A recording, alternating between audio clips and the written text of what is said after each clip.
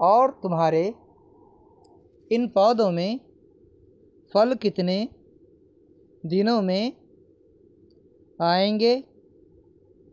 इन पौधों में 10 साल के बाद फल आ सकेंगे। जब तुम इन पौधों के फल नहीं खा सकोगे तो फिर इन्हें क्यों लगा रहे हो? हुजूर, अल्लाह किसी की मेहनत बेकार नहीं करता।